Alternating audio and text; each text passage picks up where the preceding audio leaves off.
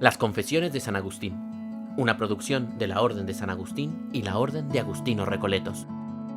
Libro 2. Adolescencia ociosa y culpable en Tagaste, a los 16 años. Capítulo 1. Recuerdo de los pecados de su adolescencia. Quiero recordar mis pasadas fealdades y las carnales inmundicias de mi alma, no porque las ame, sino por amarte a ti, Dios mío. Por amor de tu amor hago esto, recorriendo con la memoria, llena de amargura, aquellos mis caminos perversísimos, para que tú me seas dulce, dulzura sin engaño, dichosa y eterna dulzura, y me recojas de la dispersión en que anduve dividido en pedazos, cuando apartado de ti, que eres unidad, me desvanecí en muchas cosas. Porque hubo un tiempo de mi adolescencia en que ardía en deseos de hartarme de las cosas más bajas, y osé ensilvecerme con varios y sombríos amores, y se marchitó mi hermosura, y me volví podredumbre ante tus ojos por agradarme a mí y desear agradar a los ojos de los hombres. Capítulo 2. El ardor de la pubertad. ¿Y qué era lo que me deleitaba, sino amar y ser amado? Pero no guardaba modo en ello, yendo de alma en alma, como señalan los términos luminosos de la amistad, sino que del fango de mi concupiscencia carnal y del manantial de la pubertad se levantaban como unas nieblas que oscurecían y ofuscaban mi corazón, hasta no discernir la serenidad de la dirección de la tenebrosidad de la libidine. Uno y otro abrazaban y arrastraban mi flaca edad por lo abrupto de mis apetitos y me sumergían en un mar de torpezas. Tu ira había arreciado sobre mí y yo no lo sabía. Me había hecho sordo en el ruido de la cadena de mi mortalidad, justo castigo de la soberbia de mi alma, y me iba alejando cada vez más de ti, y tú lo consentías, y me agitaba y derramaba, y esparcía y hervía con mis fornicaciones, y tú callabas. Oh tardo gozo mío, tú callabas entonces, y yo me iba cada vez más lejos de ti, tras muchísimas semillas estériles de dolores, con una degradación llena de arrogancia y una inquieta laxitud. ¿O quién hubiera regulado aquella mi miseria y convertido en uso recto las fugaces hermosuras de las criaturas inferiores y puesto límite a sus suavidades, a fin de que las olas de aquella mi edad rompiesen en la playa conyugal, si es que no podía haber paz en ellas, conteniéndose dentro de los límites de lo matrimonial, como prescribe tu ley? Señor, tú que formas el germen transmisor de nuestra vida mortal, y con mano suave puedes templar la dureza de las espinas, que quisiste estuviesen excluidas de tu paraíso. Porque no está lejos de nosotros tu omnipotencia, aun cuando nosotros estemos lejos de ti. Al menos debiera haber atendido con más diligencia al sonido de tus nubes. Igualmente, padecerán las tribulaciones de la carne, mas yo os perdono. Y bueno es al hombre no tocar mujer, y el que está sin mujer piensa en las cosas de Dios y en cómo ha de agradar, pero el que está ligado en matrimonio piensa en las cosas del mundo y en cómo ha de agradar a la mujer. Estas voces son las que yo debiera haber escuchado atentamente y haberme mutilado por el reino de Dios, hubiera suspirado más feliz por tus abrazos. Pero yo, miserable, pospuesto tú, me convertí en un hervidero siguiendo el ímpetu de mi pasión y traspasé todos tus preceptos, aunque no evadí tus castigos, porque tú siempre estabas a mi lado, ensañándote misericordiosamente conmigo y rociando con amarguísimas contrariedades todos mis gozos ilícitos, para que buscara así el gozo sin pensadumbre.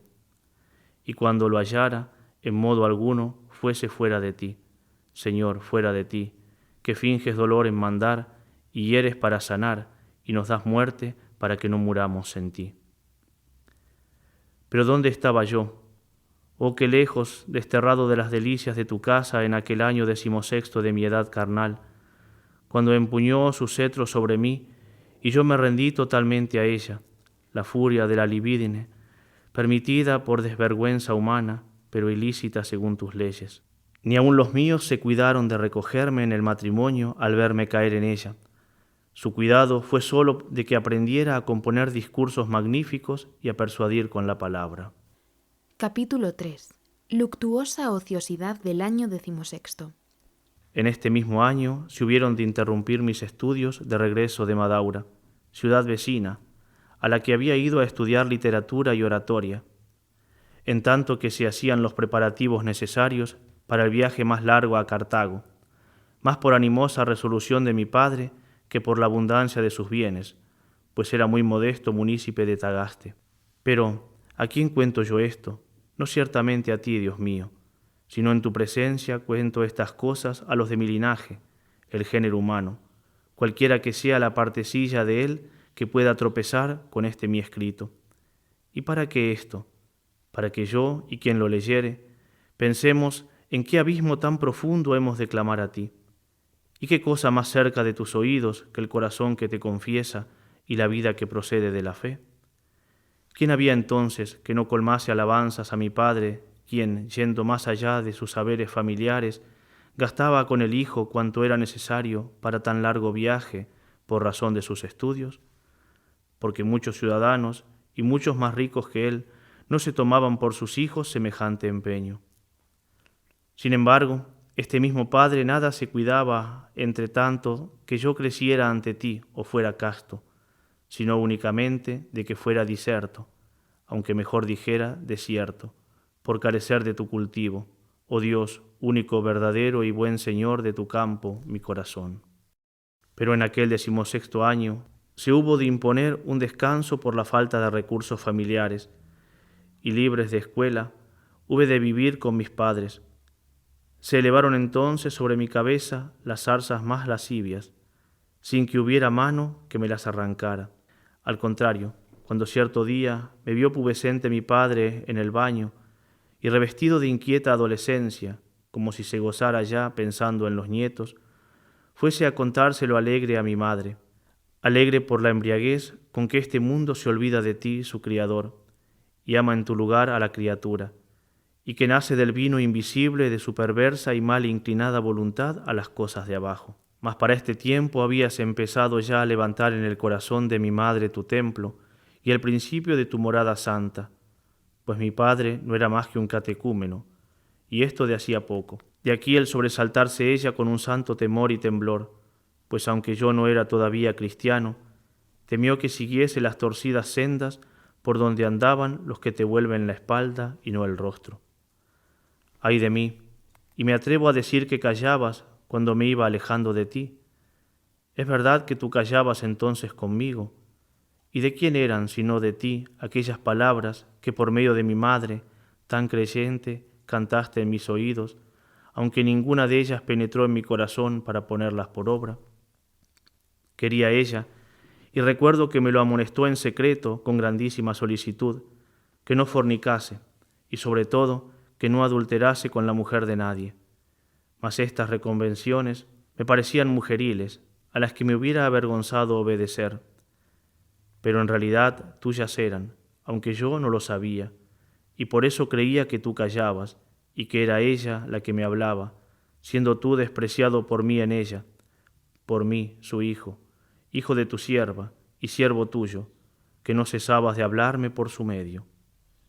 Pero yo no lo sabía, y me precipitaba con tanta ceguera que me avergonzaba entre mis coetáneos de ser menos desvergonzado que ellos cuando les oía jactarse de sus maldades y gloriarse tanto más cuanto más torpes eran, agradando hacerlas no sólo por el deleite de las mismas, sino también por ser alabados. Cosa hay más digna de vituperio que el vicio, y sin embargo, por no ser vituperado, me hacías más vicioso, y cuando no había hecho nada que me igualase con los más perdidos, fingía haber hecho lo que no había hecho, para no parecer tanto más abyecto cuanto más inocente y tanto más vil cuanto más casto. Y aquí, ¿con qué compañeros recorría yo las plazas de Babilonia y me revolcaba en su cieno, como en cinamomo y ungüentos preciosos?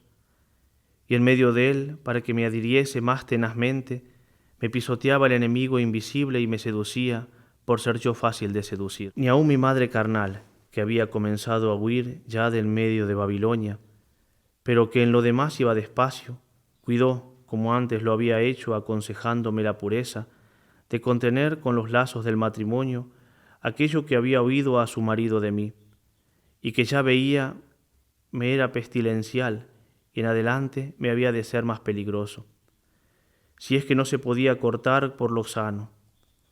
No cuidó de esto, digo, porque tenía miedo de que con el vínculo matrimonial se frustrase la esperanza que sobre mí tenía, no la esperanza de la vida futura, que mi madre tenía puesta en ti, sino la esperanza de las letras, que ambos, a dos, padre y madre, deseaban ardientemente. El padre porque no pensaba casi nada de ti, y sí muchas cosas vanas sobre mí. La madre porque consideraba que aquellos acostumbrados estudios de la ciencia no sólo no me habían de ser estorbo, sino de no poca ayuda para alcanzarte a ti. Así lo conjeturo yo ahora al recordar, no en cuanto me es posible, las costumbres de mis padres. Por esta razón me aflojaban también las riendas para el juego más de lo que permite una moderada severidad, dejándome ir tras la disolución de mis varios afectos, en todos los cuales había una oscuridad que me interceptaba. Oh Dios, la claridad de tu verdad, y como de mi carnalidad brotaba mi iniquidad. Capítulo 4. El hurto de unas peras. Ciertamente, Señor, que tu ley castiga el hurto, ley de tal modo escrita en el corazón de los hombres, que ni la misma iniquidad puede borrar. ¿Qué ladrón hay que sufra con paciencia a otro ladrón? Ni aun el rico tolera esto al forzado por la indigencia. También yo quise cometer un hurto y lo cometí, no forzado por la necesidad, sino por penuria y fastidio de justicia y abundancia de iniquidad, pues robé aquello que tenía en abundancia y mucho mejor.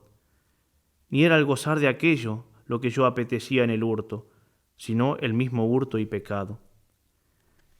Había un peral en las inmediaciones de nuestra viña cargado de peras, que ni por el aspecto ni por el sabor tenían nada de tentadoras. A hora intempestiva de la noche, pues hasta entonces habíamos estado jugando en las eras según nuestra mala costumbre, nos encaminamos a él con ánimo de sacudirlo y vendimiarlo, unos cuantos mozalbetes, y llevamos de él grandes cargas, no para regalarnos, sino más bien para tener que echárselas a los puercos, aunque algunas comimos, siendo nuestro deleite hacer aquello que nos placía por el hecho mismo de que nos estaba prohibido. He aquí, Señor, mi corazón, he aquí mi corazón del cual tuviste misericordia cuando estaba en lo profundo del abismo. Que este mi corazón te diga qué era lo que allí buscaba para ser malo de balde, y que mi maldad no tuviese más causa que la fealdad. Fea era, y yo la amé. Amé el perecer, amé mi defecto, no aquello por lo que me faltaba, sino mi mismo defecto. Torpe alma mía, que saltando fuera de tu base ibas al exterminio, no buscando algo en la ignominia, sino la ignominia misma. Capítulo 5. Alicientes del pecado. Todos los cuerpos que son hermosos, como el oro, la plata y todos los demás, tienen en efecto su encanto. En el tacto físico interviene por mucho la congruencia de las partes, y cada uno de los demás sentidos percibe en los cuerpos cierta modalidad propia. También el honor temporal y el poder mandar y dominar tiene su atractivo, de donde nace la avidez de venganza. Sin embargo, para conseguir todas estas cosas, no es necesario abandonarte a ti, ni desviarse un ápice de tu ley.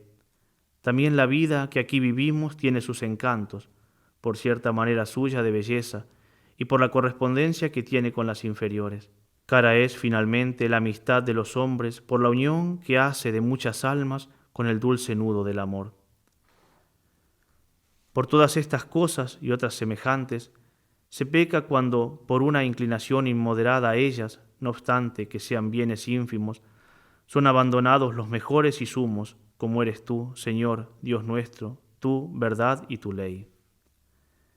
Cierto que también estos bienes ínfimos tienen sus deleites, pero no como los de Dios, hacedor de todas las cosas, porque en Él se deleita el justo y hallan sus delicias los rectos de corazón. Esta es la razón, porque cuando se inquiere la causa de un crimen, no descansa uno hasta haber averiguado qué apetito de los bienes que hemos dicho ínfimos o qué temor de perderlos pudo moverle a cometerlo.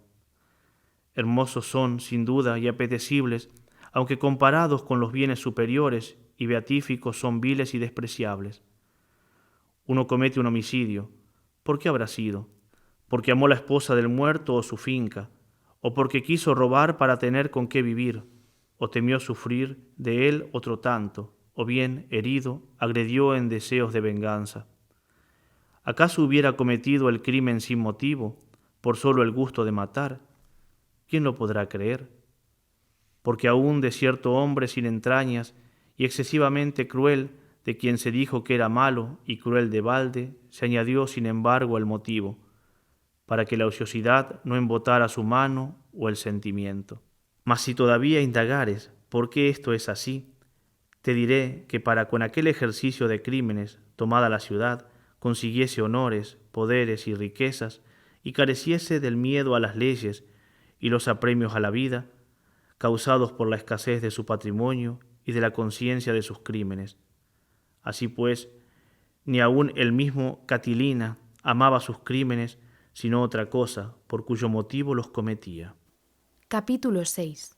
Todos los vicios pretenden imitar virtudes de Dios. Pues ¿qué fue entonces lo que yo, miserable de mí, amé en ti, oh hurto mío, oh crimen nocturno mío, de mis 16 años? Pero es que eres algo para que yo hable contigo. Las hermosas eran las peras aquellas que robamos, por ser criaturas tuyas. Oh, el más hermoso de todos, Criador de todas las cosas, Dios bueno, Dios sumo bien y verdadero, bien mío. Hermosas eran aquellas peras, pero no eran éstas lo que apetecía a mi alma miserable. Abundancia de ellas tenía yo, y mejores, pero las arranqué del árbol por solo el hecho de hurtar, pues apenas las cogí las tiré, gustando en ellas solo la iniquidad, de la que me gozaba con fruición. Porque si alguna de aquellas entró en mi boca, solo el delito la hizo sabrosa. Y ahora pregunto yo, Dios mío, ¿qué era lo que me deleitaba en el hurto? Porque yo no encuentro ninguna hermosura en él. No digo ya como la que brilla en la justicia y prudencia, pero ni aun siquiera como la que resplandece en la inteligencia del hombre, o en la memoria y los sentidos, o en la vida vegetativa, ni como son bellos los astros hermosos en sus cursos, y la tierra y el mar, llenos de vivientes, que nacen para sucederse unos a otros, ni siquiera como la defectuosa y umbrátil hermosura de los engañadores vicios. Porque la soberbia imita la celsitud, mas tú eres el único sobre todas las cosas, oh Dios excelso, y la ambición, ¿qué busca sino honores y gloria, siendo tú el único sobre todas las cosas, digno de ser honrado y glorificado eternamente? La crueldad de los tiranos quiere ser temida, pero ¿quién ha de ser temido, sino el solo Dios, a cuyo poder nadie en ningún tiempo ni lugar, ni por ningún medio puede sustraerse ni huir? Las blanduras de los lascivos provocan al amor, pero nada hay más blando que tu caridad, ni que se ame con mayor provecho que tu verdad, sobre todas las cosas hermosa y resplandeciente. La curiosidad parece afectar amor a la ciencia, siendo tú quien conoce sumamente todas las cosas. Hasta la misma ignorancia, la estulticia se cubren con el nombre de sencillez e inocencia, porque no hayan nada más sencillo que tú. ¿Y qué más inofensivo que tú, que aun el daño que reciben los malos les viene de sus malas obras? La indolencia apetece el descanso, pero ¿qué descanso cierto hay fuera del Señor? El lujo apetece ser llamado saciedad y abundancia, mas tú solo eres la plenitud y la abundancia indeficiente de eterna suavidad. La prodigabilidad vístese de capa de libertad, pero solo tú eres el verdadero y liberalísimo dador de todos los bienes. La avaricia quiere poseer muchas cosas, pero solo tú las posees todas. La envidia cuestiona sobre excelencias, pero ¿qué hay más excelente que tú? La ira busca la venganza, ¿y qué venganza más justa que la tuya? El temor se espanta de las cosas repentinas e insólitas, contrarias a los que uno ama y desea tener seguro. Mas, ¿qué en ti de nuevo o repentino? ¿Quién hay que te arrebate lo que amas? ¿Y en dónde sino en ti se encuentra la firme seguridad? La tristeza se abate con las cosas perdidas con que solía gozarse la codicia, y no quisiera se quitase nada, como nada se te puede quitar a ti. Así es como claudica el alma, cuando es apartada de ti y busca fuera de ti lo que no puede hallar puro y sin mezcla, sino cuando vuelve a ti. Perversamente te imitan todos los que se alejan y alzan contra ti, pero aun imitándote así, indican que tú eres el Criador de toda criatura, y por tanto, que no hay lugar a donde se aparte uno de modo absoluto de ti. Pues, ¿qué fue entonces lo que yo amé en aquel hurto, o en qué imité a mi Señor con una actitud viciosa y perversa? ¿Acaso fue en deleitarme obrando contra tu ley a base de engaño, ya que no podía por fuerza, simulando cautivo una libertad manca en hacer impunemente lo que estaba prohibido, o una oscura parodia de tu omnipotencia? He aquí al siervo que huyendo de su Señor consiguió la sombra, oh podredumbre, oh monstruo de la vida y abismo de la muerte. Es posible que me fuera grato lo que no me era lícito, y no por otra cosa, sino porque no me era lícito. Capítulo 7. Acción de gracias por el perdón conseguido. ¿Qué daré en retorno al Señor por poder recordar mi memoria todas estas cosas sin que tiemble ya mi alma por ellas? Te amaré, Señor, y te daré gracias y confesaré tu nombre por haberme perdonado tantas y tan nefandas acciones mías. A tu gracia y misericordia debo que hayas deshecho mis pecados como hielo y no haya caído en otros muchos. ¿Qué pecados realmente no pude yo cometer, yo que amé gratuitamente el crimen? Confieso que todos han sido ya perdonados, así los cometidos voluntariamente como los que dejé de hacer por tu favor. ¿Quién hay de los hombres que, conociendo su flaqueza, atribuya a su fuerza su castidad y su inocencia, para que por ello amarte menos, cual si hubiera necesitado menos de tu misericordia, por la que perdonas los pecados a los que se convierten a ti? Que aquel, pues, que llamado por ti, siguió tu voz y evitó todas estas cosas que lee de mí, y yo recuerdo y confieso, no se ría de mí por haber sido curado estando enfermo por el mismo médico que le preservó a él de caer enfermo, o más bien de que no enfermara tanto. Antes sí debe amarte tanto y aún más que yo, porque el mismo que me sanó a mí de tantas y tan graves debilidades, ese le libró a él de caer en ellas. Capítulo 8. ¿Qué amó el adolescente Agustín en el hurto? ¿Y qué fruto saqué yo, miserable, de aquellas acciones que ahora recuerdo con rubor? Sobre todo de aquel hurto, en el que amé el hurto mismo, no otra cosa, siendo así que éste era nada, quedando yo más miserable con él. Sin embargo, es cierto que yo solo no lo hubiera hecho, a juzgar por la disposición de mi ánimo de entonces. No, en modo alguno yo solo lo hubiera hecho. Luego amé también allí el consorcio de otros culpables que me acompañaban a cometerlo. Luego tampoco es cierto que no amara en el hurto otra cosa que el hurto, aunque no otra cosa amé, por ser nada también éste. Pero, ¿qué es realmente quien me lo podrá enseñar, sino el que ilumina mi corazón y discierne sus sombras? ¿Qué es lo que me viene a la mente y deseo averiguar, discutir y meditar, ya que si entonces amara aquellas peras que robé y deseara su deleite solamente, podía haber cometido solo, si yo me hubiera bastado, aquella iniquidad por la cual llegara a aquel deleite sin necesidad de excitar la picazón de mi apetito con el roce de almas cómplices? Pero como no hallaba deleite alguno en las peras, ponía éste en el mismo pecado, siendo aquel causado por el consorcio de los que juntamente pecaban. Capítulo 9. El contagio de las malas compañías. ¿Y qué afecto era aquel del alma? Ciertamente muy torpe, y yo un desgraciado en temerle. Pero, ¿qué era en realidad? ¿Y quién hay que entienda los pecados? Era como una risa que nos retozaba en el cuerpo, nacida de ver que engañábamos a quienes no sospechaban de nosotros tales cosas y sabíamos que habían de llevarlas muy a mal. Pero, ¿por qué me deleitaba no pecar solo? ¿Acaso porque nadie se ríe fácilmente cuando está solo? Nadie fácilmente, es verdad, pero también lo es que a veces tienta y vence la risa a los que están solos, sin que nadie los vea, cuando se ofrece a los sentidos o al alma alguna cosa extraordinariamente ridícula.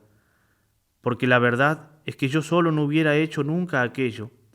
No, yo solo jamás lo hubiera hecho. Vivo tengo delante de mí, Dios mío, el recuerdo de aquel estado de mi alma, y repito que yo solo no hubiera cometido aquel hurto, en el que no me deleitaba lo que robaba, sino porque robaba. Lo que solo tampoco me hubiera agradado, en modo alguno, ni yo lo hubiera hecho. Oh amistad enemiga en demasía, seducción inescrutable del alma, ganas de hacer mal por pasatiempo y juego, apetito del daño ajeno sin provecho alguno propio y sin pasión de vengarse. Pero basta que se diga, vamos, hagamos, para que se sienta vergüenza de no ser desvergonzado. Capítulo 10. Dios es el sumo bien. ¿Quién deshará este nudo tortuosísimo y enredadísimo? Feo es, no quiero volver los ojos a él, no quiero ni verlo. Solo a ti quiero, justicia e inocencia bella y graciosa a los ojos puros y con insaciable saciedad. Solo en ti se halla el descanso supremo y la vida sin perturbación. Quien entra en ti, entra en el gozo de su Señor y no temerá y se hallará sumamente bien en el sumo bien. Yo me alejé de ti y anduve errante, Dios mío, muy fuera del camino de tu estabilidad, allá en mi adolescencia, y llegué a ser para mí región de esterilidad. Libro 2. Adolescencia ociosa y culpable en Tagaste, a los 16 años. Has escuchado las Confesiones de San Agustín, texto cedido por la Federación Agustiniana Española. Traducción de Fray Ángel Custodio Vega Rodríguez, agustino, revisada por Fray José Rodríguez Díez, agustino Recoleto. Narrado por los miembros de la familia agustiniana, de la Orden de San Agustín y la Orden de Agustinos Recoletos. Producción Blanca Serrano. Producción ejecutiva, Oficina de Comunicación de la Orden de Agustinos Recoletos. Esta obra es una coproducción de la Orden de San Agustín y la Orden de los Agustinos Recoletos.